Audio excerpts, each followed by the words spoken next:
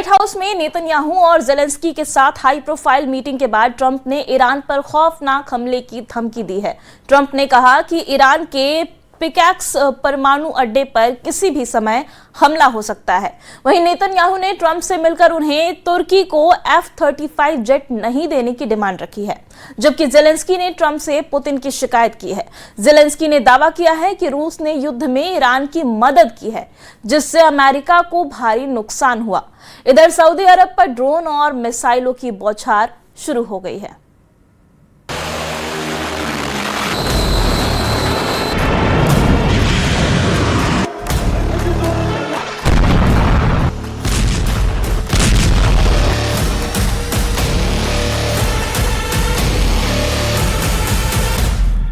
खाड़ी में बम फट रहे हैं, तेल के कुएं जल रहे हैं, तेल रिफाइनरी मिसाइलों की मार झेल रही है, तेल गलियारों में जहाजों की तबाही रुक नहीं रही है। लेकिन 2 दिनों से ट्रंप ने हमले को होल्ड कर रखा है। ट्रंप ईरान से बहुत अच्छी बात का दावा कर रहे हैं। ट्रंप ईरान पर रहम दिखा रहे हैं।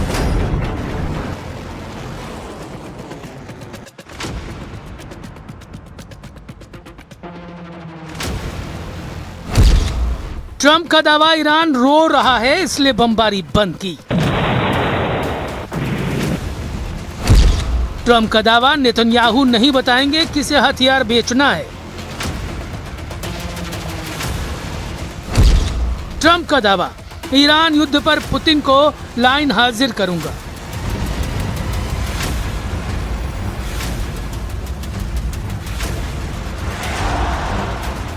जब सऊदी अरब, जॉर्डन और इराक में ड्रोन हमले हो रहे हैं, जब ईरान समर्थित हुती लड़ाके सऊदी के तेल के कुएं जला रहे हैं, तब ट्रंप का साइलेंट हो जाना क्या बड़े तूफान का सिग्नल है?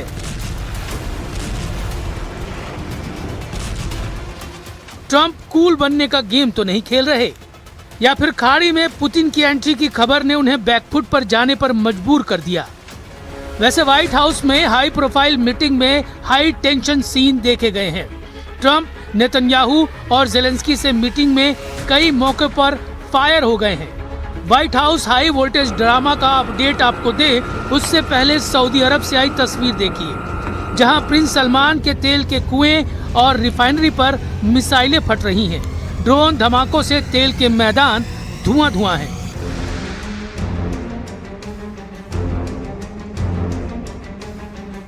सैटेलाइट तस्वीर में एक धमाका दिख रहा है, लेकिन ऐसे दर्जन भर धमाके हुथी लड़ाकों ने किए हैं। सऊदी अरब के अबकैक तेल प्लांट को हुथी विद्रोहियों ने जला डाला है। लाल सागर के सबसे बड़े एक्सपोर्ट हब यानूब के पास जितने भी तेल सप्लाई साइट हैं, उन्हें हुथी लड़ाके ड्रोन बमों से दहला रहे हैं। हुथी फाइटर्स ने दावा किया कि ये हमले अमन के एयर स्पेस में सऊदी ड्रोन की घुसपैठ के जवाब में किया गया है।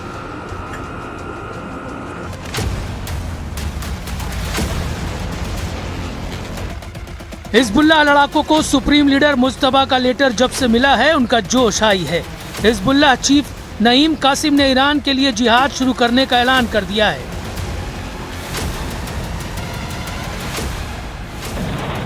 हुती सेना के युद्ध में तहलका मचाने के बाद ईरान ने हिजबुल्लाह से जिहाद युद्ध शुरू करने का आदेश दिया है।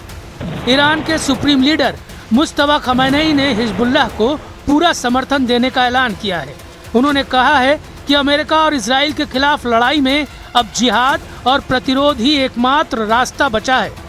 मुस्तफा ने धमकी दी है कि जब तक इजराइल लेबनान में हमले पूरी तरह और बिना किसी शर्त के बंद नहीं करता, तब तक अमेरिका से कोई समझौता नहीं हो सकता।